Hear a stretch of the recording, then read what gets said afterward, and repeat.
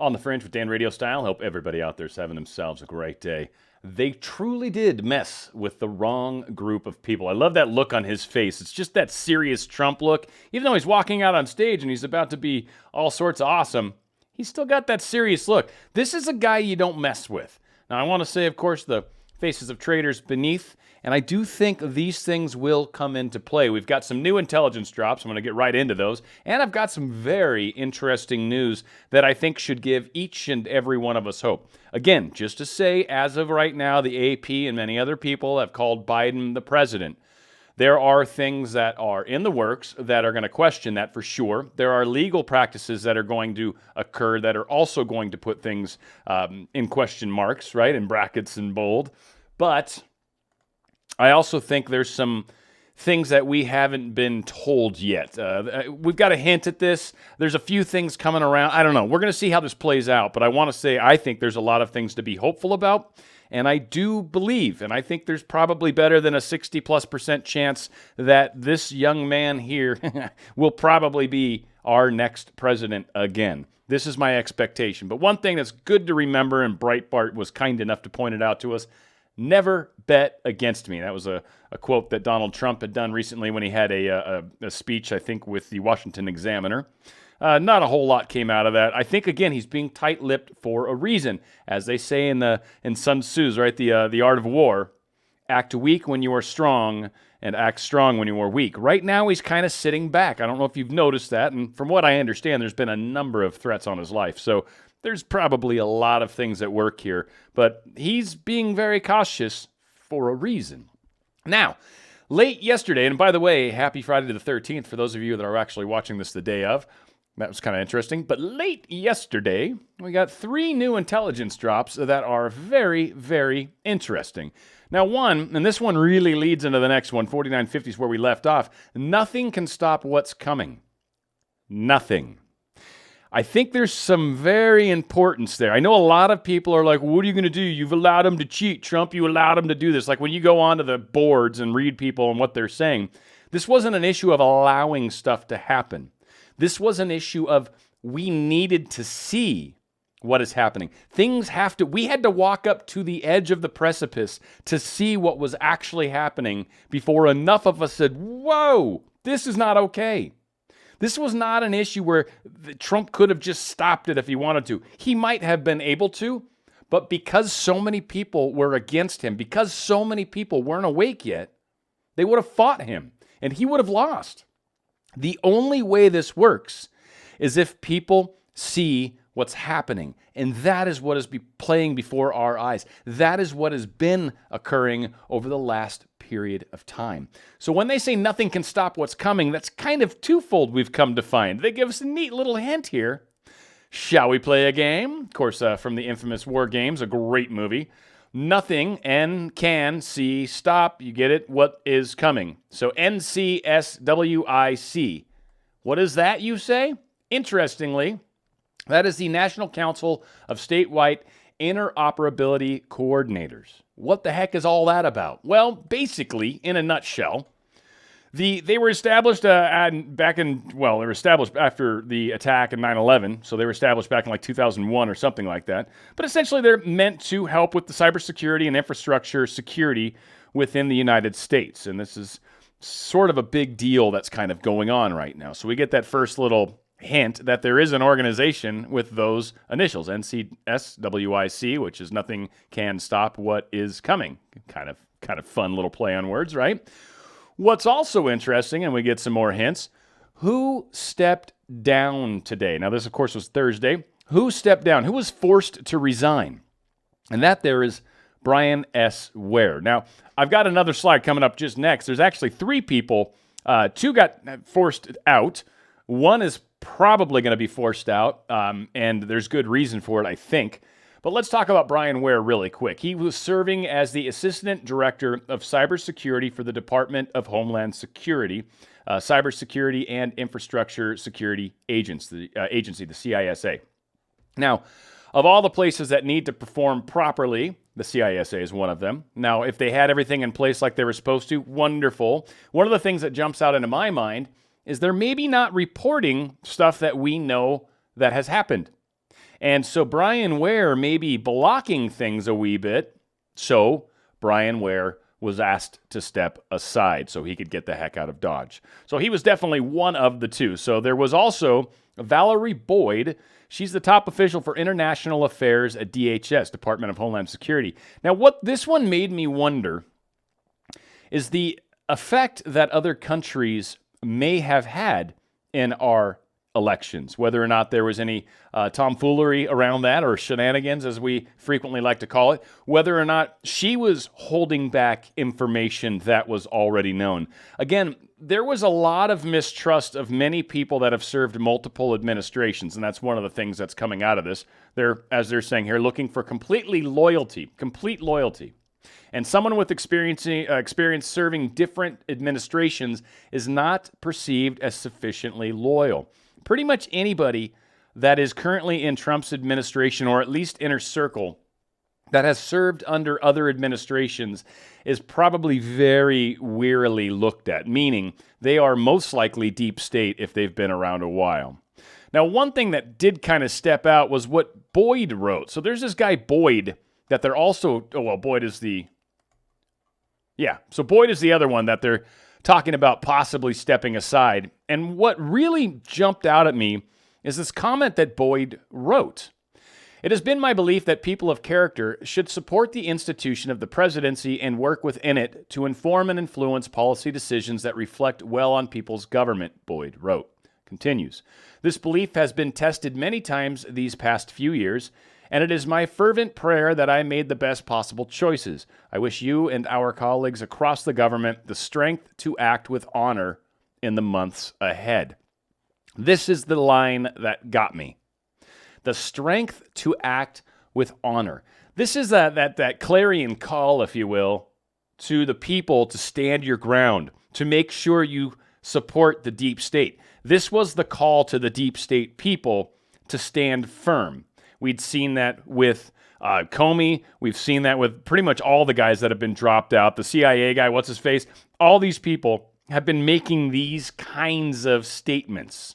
So, am I going to be surprised if Boyd does, in fact, get yanked soon? Nope, not even a little bit.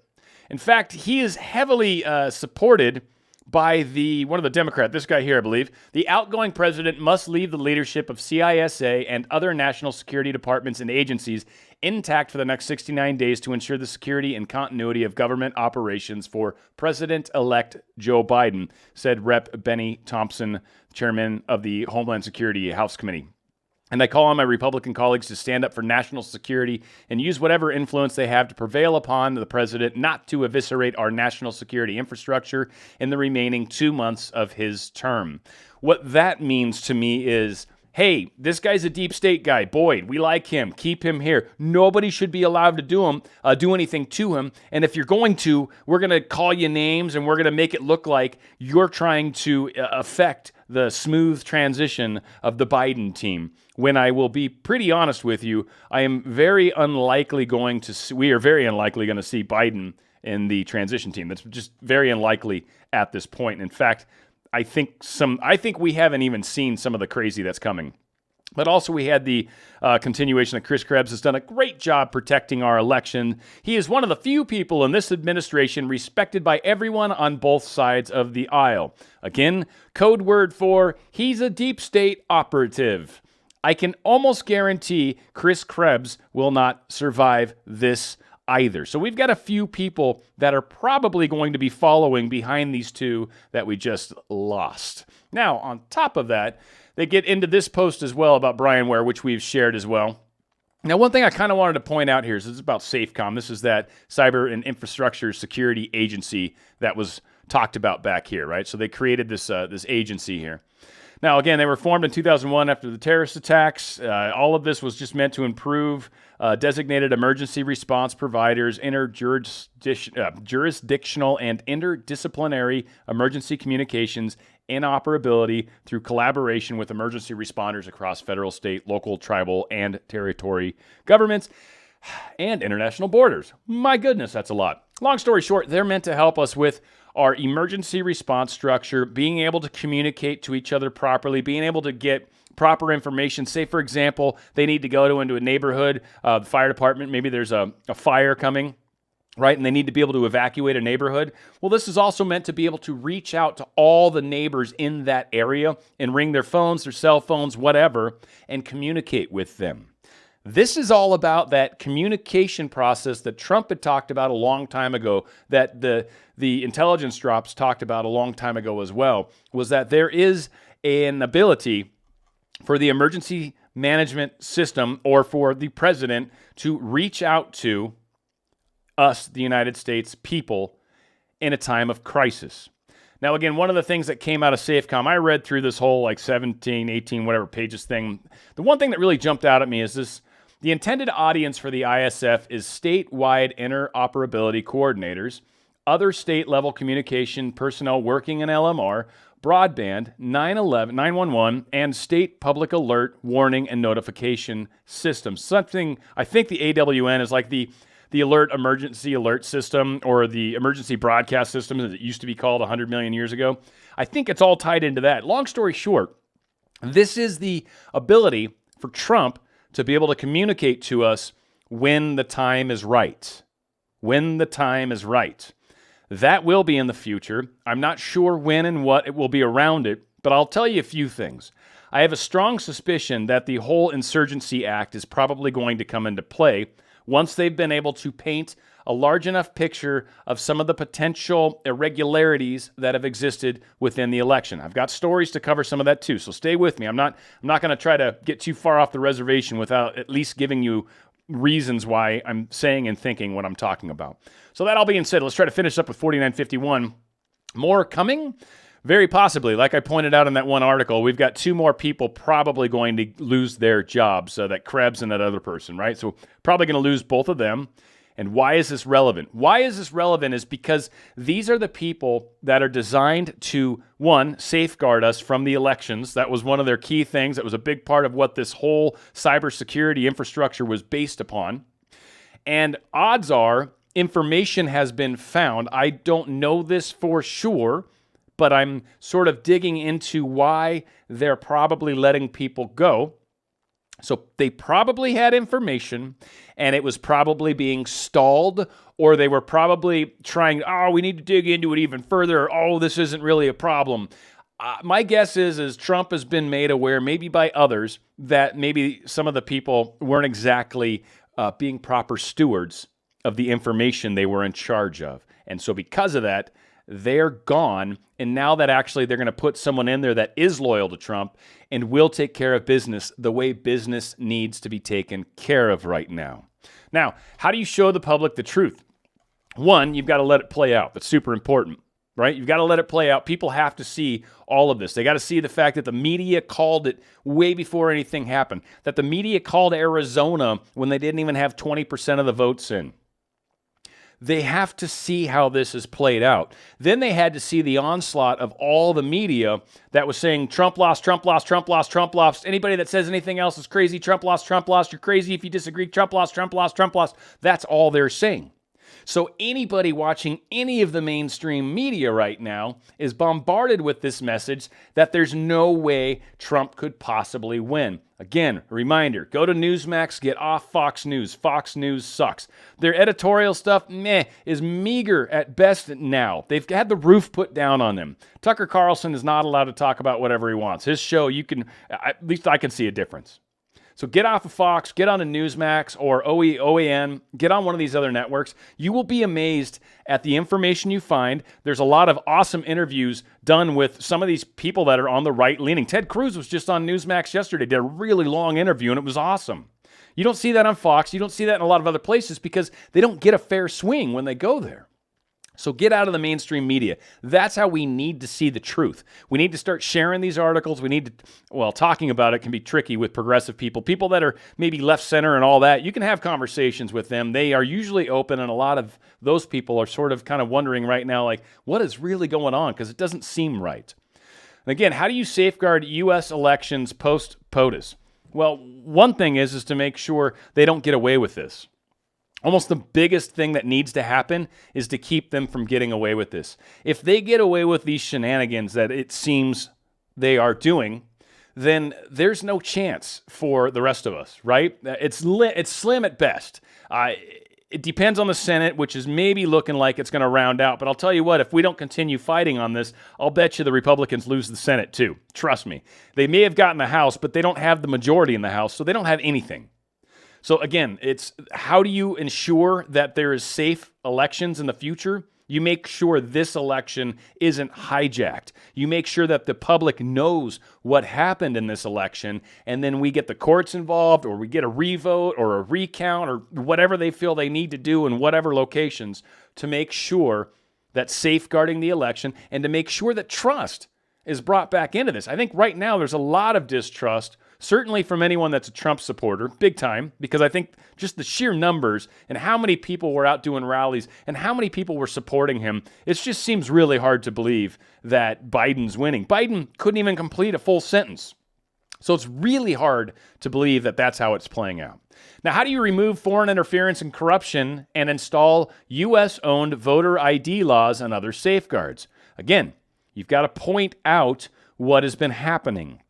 I've got some stories that indicate some of this foreign interference possibilities, and certainly I think that was one of the reasons why the other lady, the second person, what was her name? Valerie Boyd. I'm pretty sure that's why she got dumped. She was a part of the international affairs at DHS, so now all of a sudden she's not there anymore. So foreign interference, maybe she was blocking some of that. So again, how do you get this information out? Well, you need to release it to the public in some way that you can get it out and it makes sense to the public. Maybe you've got to explain it to them a little bit. But whatever the case is, you need the people that are in these positions of power to basically go on the news or do something and basically say, hey, public, here's what's happened. And from that, we as an informed public can make better decisions. We can get behind certain decisions. Now it makes sense to us. But when you keep information from us and just say, no, everything was up and up, there was nothing wrong with this election, nothing to see here, stop looking behind that curtain, there's nothing back there. Besides, that's the wrong curtain. Right? Like that's basically what we're up against. So again, it had to be this way. This is the thing that's peeved the most people off. The most people are so upset that this is playing out the way it is. This is playing out the way it is because it has to. It has to. Again, if they would have interfered months ago, we wouldn't have seen all these shenanigans play out. If we would have interfered months ago, we wouldn't have had the populace behind us as much. But right now, you've got your 47% plus that voted for Trump, and then you've probably got another 10, 15, 20% of people that are seriously scratching their heads going, what is happening to my country? Yeah, I voted for Biden. Maybe I didn't vote for Biden, but this is not cool. This is not all right. Maybe I early voted for Biden and wish I wouldn't have, because after seeing Biden behave the way he did months later, realizing, ooh, boy, maybe I cast the wrong vote. So again, there's a lot of people that I think fall into those groups that go, what is going on? They had to see this. There was no other way to get to this place.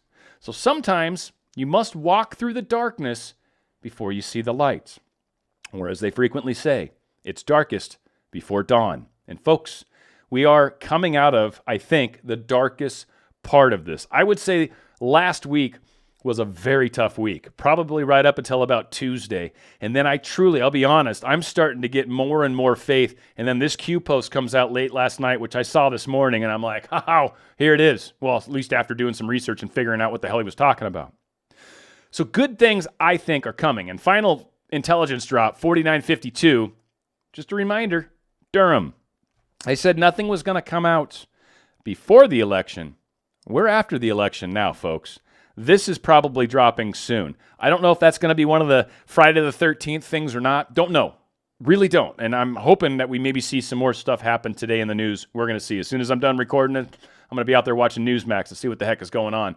But keep Durham in your mind. Keep Durham in your thoughts. Remember, AG Barr as well is basically given the green light for investigators to go out and look into some of this malfeasance that we seem to see. So we're going to see how that plays out. We'll see if we get some more intelligence drops coming up, but I've got some awesome news articles that help prove some of the points and give some positive thoughts or hopes or anything to you to understand that this is not over by any stretch of the imagination, and I don't think is going to end the way Biden wants it to. One thing that's funny, kinda, a little ironic funny, Minneapolis police chief pleads for outside help to fight violent crime. Amid a sharp rise of violent crime incidents in the city of Minneapolis, council members held a meeting on Tuesday after Police Chief Madaria Arradondo, good Lord, plead for assistance from outside police forces to help with their shortage of staff. Why do you have a shortage of staff, Minneapolis? Do you think it had anything to do with the defund the police? Anything to do with the way you and your mayor and your governor handled situations regarding the whole Floyd incident? Maybe? How you chucked all of your police officers to the wolves? Really? Now you're wondering, we don't have anybody and no one wants to be a police officer here. I wonder why. You guys are messed up. So there you go. This is what you get when you defund the police. When you chuck your cops in front of the criminals and basically say the cops are wrong, this is what you get. And that's why they call it the thin blue line. There is a very, very thin blue line that exists between anarchy and peace and harmony.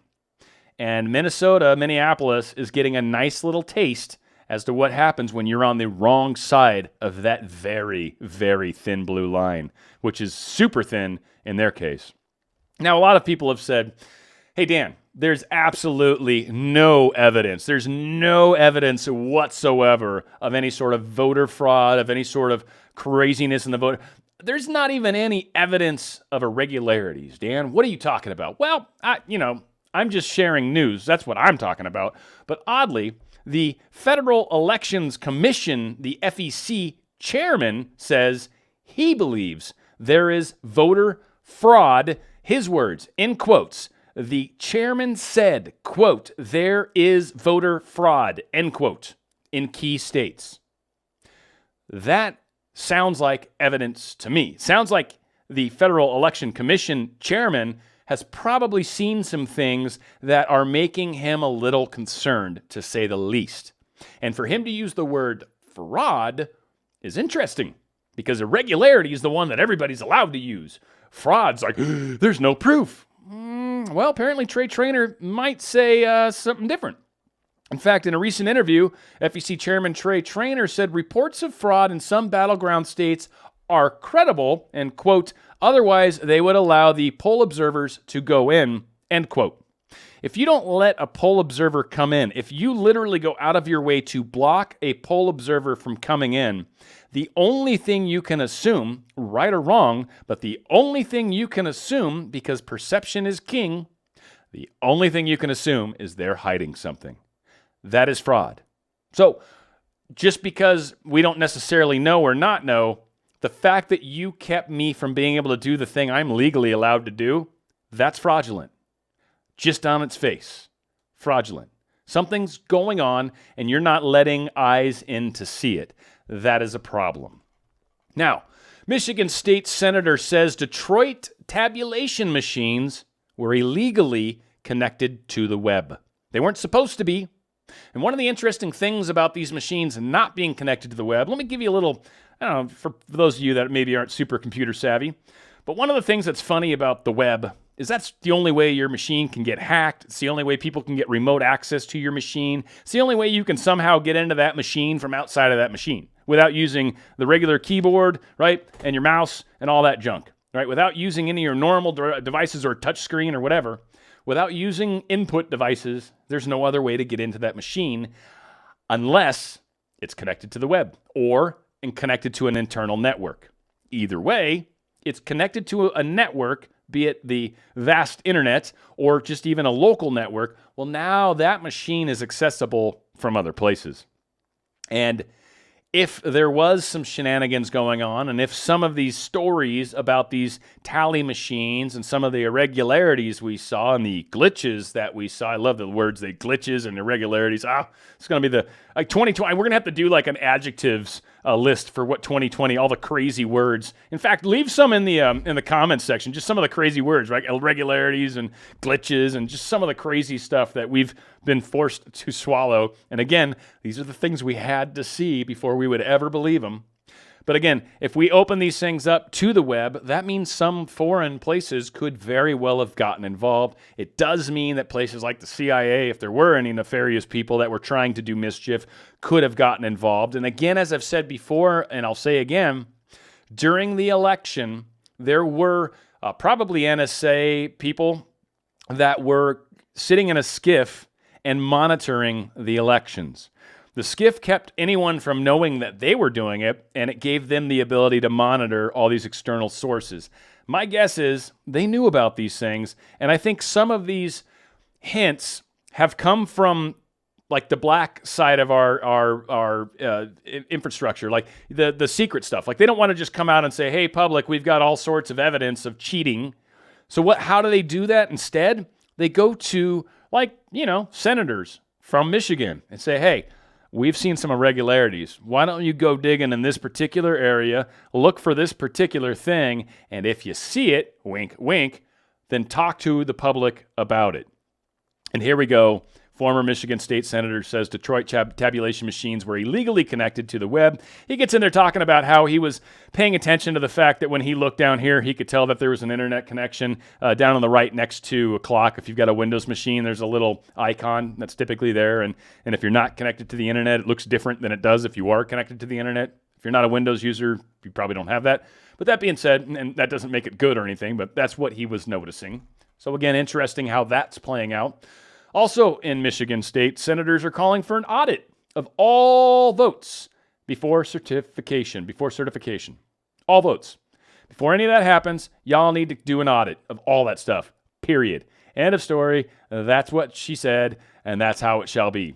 And she, of course, wrote a long letter, Lana Thies and Tom Barrett, Barrett, who knows? Barrett, I think. That looks like it's the spelling of that awesome anti-structural weapon, that Barrett gun. That thing's awesome. I don't know the numbers. It's not the M61. That's the whatever. It doesn't matter. All right, news target. Improper signature verification is setting compromised. Yes, so this whole improper signature verification wasn't happening properly. So they're saying, I don't know. I mean, I'm not looking at all the facts, but this is what's coming out, that 200,000 Nevada ballots are apparently a problem. Former Attorney General warns. Now, the former Attorney General also got fired, and he was expressing some of his concerns about the technology. I think that was actually Arizona. Again, there's so many people, so many hands changing, so much stuff's happening. But that being said, improper signature verification setting compromised 200,000 Nevada ballots. That state run was far within 200,000 votes right now. So a 200,000 vote shift could make an enormous difference, especially if those are heavily towards Trump. So again, more questions, more shenanigans, more irregularities is happening around everything. And got two more stories for you. Hundreds of thousands of fraudulent voters to be discarded. This is Sidney Powell, the lawyer for Michael Flynn. She was speaking to Fox Business' Maria Bartiromo during a recent interview. Powell revealed that the Trump camp is sitting on substantial statistical evidence yet to be unveiled that shows the ballot counts in numerous states are more than likely fraudulent. They've been messing with these numbers for a long time, and they've been using these different metrics and that I forget that it starts with a B, but that process where they look at the first digit of every number, and if it starts to form Bowden's law, I think it was, or whatever. But if it looks irregular, that's not normal. Normal data always falls into that general pattern. It just happens to. And the more data you have, the more it starts to fit that pattern. If I've only got 10 data points, it's a jagged line. When I've got 100 data points, it's starting to fill in a lot more like this little curve. And when I've got 1,000 data points, it completely starts to look like that curve. So that's kind of how this stuff's starting to play out. That's likely some of what they're referring to. But you don't get these weird fluctuations in the data that we're currently seeing. You just don't. It's not a natural thing. Something unnatural happened, and not to mention all the ballots that just voted for Biden and nobody else. Like, it's very uncommon. One of the things they were breaking down on some of the numbers was they would look at how many votes Trump got, and they would look to see how many votes the Republican senator got. And those numbers were almost identical, like very close to each other. But what they were noticing with Biden was that Biden's vote count was way higher than the amount of people that voted for the Democratic senator ticket and even the House people. Way higher. That's abnormal. That's extremely abnormal. That's one of the other data anomalies that they're concerned about. That doesn't happen normally. These ballots that were just for Biden and nothing else is super strange. Those are going to come out at some point. I am almost sure of it. And finally, this is very interesting. Dominion Voting Systems Officer of Strategy and Security, Eric Coomer, admitted in 2016 vendors and election officials have access to manipulate the vote. Let's let that sink in for a second. Vendors, and election officials, probably the two groups you don't want to be able to do this, both had access to manipulate the vote. Dr. Eric Coomer, who is responsible for the strategy and security of Dominion Voting Systems, but if you search the company's profile, they've removed his name. They've removed his name because they don't want this to look credible. That's what's going on. That's what we're up against. And the Wayback Machine doesn't lie. You can't hide stuff. You can delete something from the page right now. The Wayback Machine still got it. Now, I will say, people that are serious about their trade, like the CIA, for example, they go back and hack all the Wayback Machine images too. Just saying. But for those that aren't very good at it, like companies, because it's just, you can't do it without having some major technology and some big bucks, you're screwed. The Wayback Machine's going to show, hey, you're lying, dude. Here it was a year ago. Here it was back in 2016 when he's still working for you. So, again, they messed with the wrong people. They messed with the wrong group. They messed with the wrong patriots. We love this country. We love each other. We love God. And I'll tell you what, we love Donald Trump as well. As much as it is weird for me to say that, it's probably the first president that I can think of in my life that I can honestly say, I think I really love this guy. I really do. I believe he's there for us. I believe he's one of the only people that actually cares about us, the people, instead of the deep state machine that does not give a frying crud about any of us. Trump does. Trump is here to make a difference. And trust me, the hard part that's coming up is nothing compared to where we are now. Buckle up. Tighten the belts, get ready. Seriously, I expect that we've got a step that will be coming here within a month or so that could quite possibly be the next step. And that might get a little trickier for a lot of us. So just be prepared. Be ready and willing to love and help, but understand that we are united and this is our beautiful country. And a lot of us really, truly believe in what the United States stands for and what we want it to continue to stand for. Myself, I've had grandfathers that have gone to battle for this country and for our freedoms. And I'll tell you what, I respect them and I respect what they've done for this country. I respect all of my service members out there. And thank you so much for the service you provide. We would not have these freedoms that we're about to lose unless we make some changes. We wouldn't have these freedoms without you guys. Where we go one, we go all. It's on the Fringe with Dan RadioStyle.